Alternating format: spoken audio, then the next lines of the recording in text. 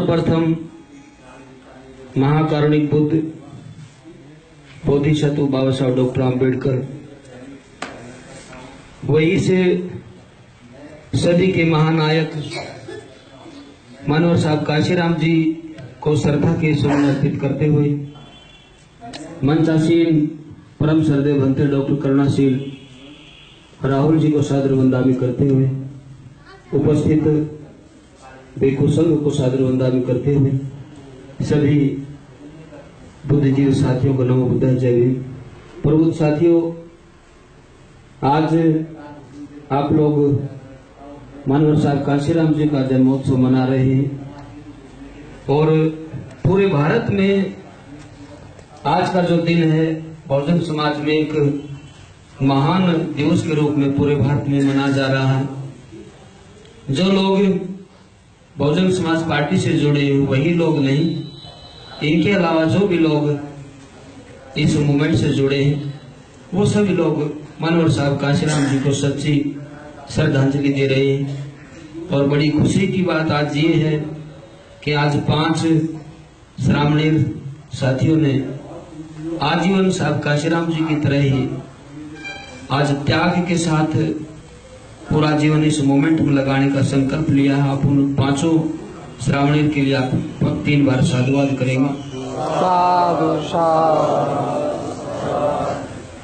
दूसरा साथियों, साहब काशीराम जी के ऐसे एग्जाम्पल हमारे सामने आए हैं। समय समय पर छोटी छोटी बातें ऐसी रही हैं जो हमें ऊर्जा देती रही है। और साहब काशीराम जी ने हमारे सामने एक ऐसा पैमाना स्थापित किया, जैसे धर्मभूमि आप लोगों के सामने पैमाने स्थापित कर रही है कि जो बुद्धिस्ट है वो ऐसा होना चाहिए।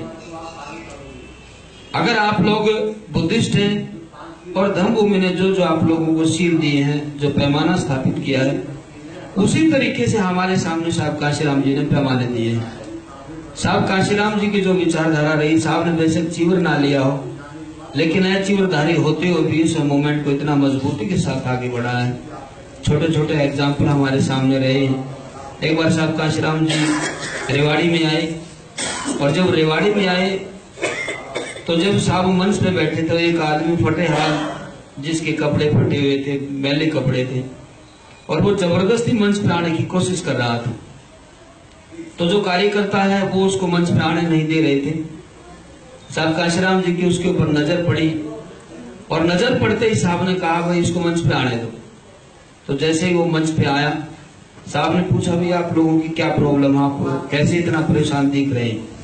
उसने कहा साहब मैं परेशान नहीं हूं, जब आपने उत्तर प्रदेश में इलाहाबाद में एक नोट और एक वोट की जो शुरुआत की थी, आप वोट भी दे और नोट भी दे, तो आपने उस टाइम पर हमें आदेश किया था भाई जो भी बहुजन मूवमेंट को आगे बढ़ाना चाहते हैं वो अपनी लिए कमाई से 1-1 रुपया निकाल करके इस मूवमेंट को बढ़ाने के लिए लगातार हमें सहयोग करें। तो उसने कहा कि साहब मैं यहाँ और मेरी टीम के साथ रिक्शा चलाते हैं, और हम अपनी उस रिक्शा की कमाई से थोड़ा थोड़ा पैसा बचा करके इकट्ठा किया है, और हमने कुछ पैसे इकट्ठे किए साहब। और उसने वो अपने हाथों में जो पैसे थे साहब के हाथों में रख दिए, वो 162 रुपए थे। और इस बात को देखते हुए उस आदमी की आंखों में आंसू आ गए। साहब ने देखा वो माहौल बिल्कुल गंभीर हो गया, साहब भी कोई शब्द बोल नहीं पाए, और साहब की आंखों में भी आंसू आ गए उसको देखते हुए। साहब ने कई देर बाद जवाब दिया। साहब ने कहा कि जिस तरीके से हमारे मूवमेंट के लोग इस आंदोलन को बढ़ाने के लिए अपने जीवन की आहुति देने के लिए तैयार है, जो एक रिक्शा चालक है जो उत्तर प्रदेश का है, अपनी ले कमाई से 1-1 रुपया हमारे लिए डाल रहा है। और इस बात का भी आप लोग ध्यान रखना, जिस दिन सरकार आ जाएगी तो इसको पूछने वाला कोई नहीं होगा, ये पीछे रहेगा, वही चिकने चुपड़े लोग जो हैं वो अपना काम करवाएंगे। लेकिन इस आदमी को एक इस बात की टीस है कि जो मेरी मूवमेंट है, मेरा आंदोलन है, मेरा जो स्वाभिमानी आंदोलन है वो आगे बढ़ना चाहिए। और साहब ने उसकी पीठ को थपथपाया। उस माहौल को देखते हुए जो हमारी टीम के साथी वहां मौजूद थे, उन्होंने कहा कि सभी की आंखों में आंसू आ गए। तो ऐसा मरम स्पर्शी साहब काशीराम जी का आंदोलन रहा है। उनका जो आंदोलन जीरो से लेकर के जो ऊंचे दर्जे तक जो लोग बैठे हुए थे, सभी को ध्यान में रख करके साहब ने काम किया है। हमारी टीम के साथी हैं फरीदाबाद से, उन्होंने बताया कि साहब मध्य प्रदेश में आए और आकर के सीधा मंच के ऊपर आकर के बैठ गए। मंच पे आने के बाद साहब जैसे आकर के बैठे तो किसी ने भी साहब से ये नहीं पूछा साहब पानी पियेंगे, चाय पियेंगे, कुछ खाएंगे। तो एक आदमी काफी दूर से गिलास लेकर के आया दूध का। तो उसने कहा साहब मैं आपके लिए दूध का गिलास लेके आप पी सकते हैं। तो साहब को उन्होंने माइक पे अनाउंस कर दिया था। साहब ने कहा अगर आप लोगों की इजाजत हो तो मुझे बड़ी जोर की भूख लगी, मैंने सुबह से कुछ नहीं खाया, अगर आप लोग कहो तो मैं एक गिलास से दूध का पी सकता हूँ। तो सभी लोग गंभीर हो गए। तो उन्होंने कहा कि साहब हमारी गलती हो गई, सबसे पहले हमने ये बात पूछनी चाहिए थी कि आपको खाना खिलाया ना खिलाया, आपने खाना खाया या नहीं खाया। सभी ने साहब के पैर पकड़ के कहा साहब हमारी गलती होगी, कोई बात नहीं जी आप दूध पिए। साहब बोले यार इतना गंभीर क्यों बना रहे हैं माहौल। मैंने कहा भाई मुझे भूख लगी, मैंने सुबह से कुछ नहीं खाया है, ये हमारी टीम का साथी हमारे लिए दूध लेकर के आया है, तो अब मैं दूध पीना चाहता हूँ। तो साथियों ऐसे भावनात्मक रूप से मनोहर साहब काशीराम जी ने मूवमेंट को आगे बढ़ाया है। ऐसे ऐसे गंभीर सब्जेक्ट हमें दिए हैं और उन गंभीर सब्जेक्टों से हमारे लोग जुड़ते रहे। दिल्ली में ही साहब एक कार्यक्रम कर रहे थे और कम से कम 50-60 ऐसे कैडर दे रहे थे, जैसे बनते जी रात को बैठा के रखते हैं ऐसे साहब ने उनको बैठा रखा था। और जो 53-23 हरदयान सिंह मार्ग पर जो मकान था, जो कमरा साहब ने ले रखा था, उसमें बाम सिंह लिखा हुआ था और बाबा साहब अम्बेडकर और महामना ज्योतिबा फुले जी की उसमें तस्वीर लगी। तो वो लोग आकर के बैठ गए। वो जो एरिया है वो इतना खपरेल इलाका, जैसे बैंड वाले हैं, जूती बनाने वाले हैं, जो हमारे आर्थिक रूप से कमजोर लोग वो वहां रहते हैं और पूरा गंदगी का एरिया है। वहां बैठ के लगभग साहब 2 बजे तक उनको पढ़ाते रहे। 2 बजे के बाद साहब ने कहा सभी लोग सो जाओ, जिनके दूर दराज की जाना चाहिए उसको ले। कम से कम 5-4 साथी वहां बच गए। तो एक आदमी पूरी रात भर नहीं सो पाया। 2 बजे के बाद वो कभी इधर घूमता रहे, कभी उधर घूमता रहे। 4 बजे साहब काशीराम जी की आंख खोली तो वो आदमी सो रहा। साहब अपने काम में लग गए, जैसा साहब लिखते थे मूवमेंट की बात आगे बढ़ाने के लिए। तो 5 बजे साहब ने उसको उठा, खड़ा हो, तो रात को सो नहीं पा रहा था, क्या तकलीफ थी तेरे? तो उसने कहा साहब एक तो यहाँ मच्छर इतने जैसे यहाँ मच्छर, एक तो मच्छरों ने सोने नहीं दिया, दूसरा साहब आप साथ साथ खराटे में ले ले, आपके खराटे इतने तेज थे नींद नहीं आई। साहब हंसते बोले अरे यार मैं तुम्हारे मच्छर उड़ा रहा। साहब छोटे छोटे एग्जाम्पल इस तरीके से कोट किए हैं साहब काशीराम जी ने और हंसाते भी रहते थे कार्यकर्ता। जब साहब रेवाड़ी में आए, बहन जी वहां कैडर ले रही थी और जब साहब के लिए कार्यकर्ताओं ने कहा भी साहब काशीराम जी के लिए मेज और कुर्सी लगाएं। साहब बोले क्या करोगे भाई?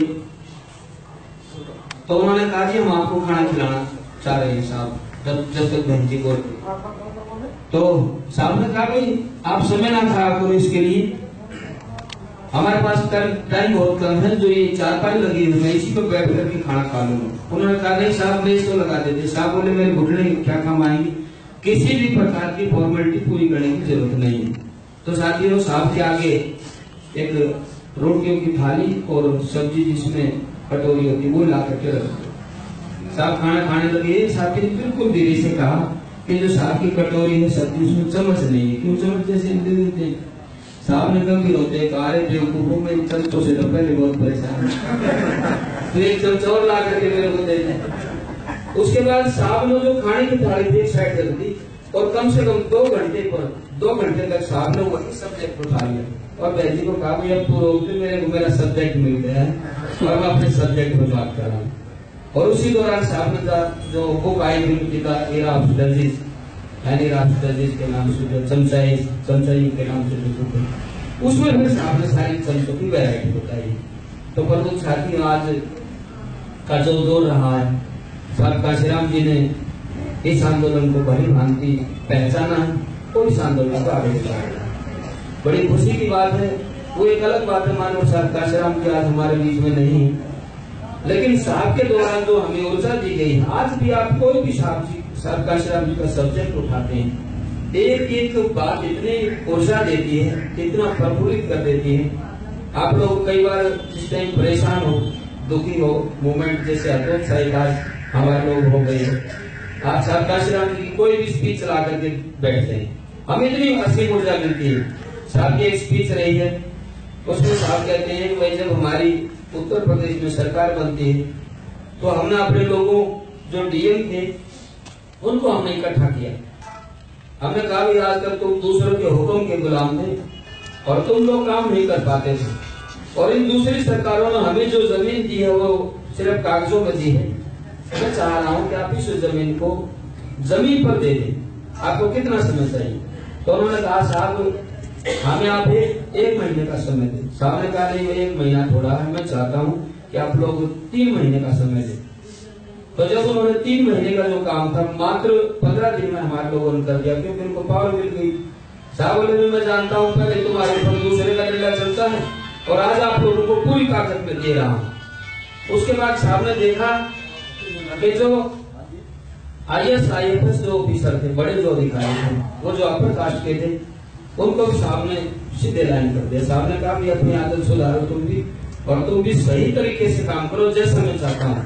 कानून को सिर्फ कानून के तरीके से लागू करो। उसके बाद जब उनकी ज्यादा खिंचाई हुई, खिंचाई होने के बाद उस टाइम पर PV नरसिम्हा राव की सरकार थी, नरसिम्हा राव की सरकार थी, और उन अधिकारियों ने नरसिम्हा राव से शिकायत की कि मानव साहब काशीराम जी हमारी बहुत खिंचाई करते हैं, आपसे निवेदन है कि आप हमें दिल्ली में बुला लें। तो नरसिम्हा राव ने साहब काशीराम जी से बात की, कहा भाई साहब जी आप इन लोगों को इतना परेशान न करें, अगर ज्यादा ये परेशान आप इनको करोगे तो सभी को दिल्ली भेज दें, मैं दिल्ली में रख लेता हूँ, और जो आपकी बिरादरी के जो अधिकारी हैं वो उनको उत्तर प्रदेश में भेज देता हूँ। साहब बोले भाई ये बात तो तुम्हारी सही है, तुम अपने अधिकारियों को कहो अपनी आदतें सुधार लें और जिस तरीके से काम करना चाहिए उस तरीके से काम कर लें। आज तो इनको दिल्ली बुला लेगा और जिन दिन हमारी सेंटर में सरकार आएगी जब इनको यूएसए भेजेगा।